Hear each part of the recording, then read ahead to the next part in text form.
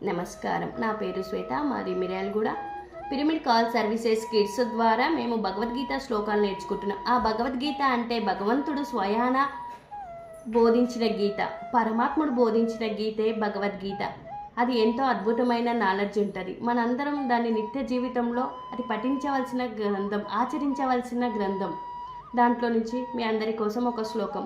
యదా యదా హి ధర్మస్య గ్లానిర్భవతి భారత అభ్యుత్థానమధర్మస్య తదాత్మానం సృజామ్యహం.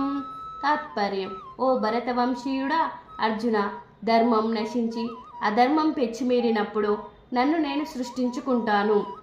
ఇది మన లైఫ్లో ఎలా యూటిలైజ్ చేసుకోవాలి అంటే, మన ఆత్మ పురోగతికి ఎవరు ఏమీ చెయ్యరు, మనల్ని మనమే ఉద్ధరించుకోవాలి. Thank you.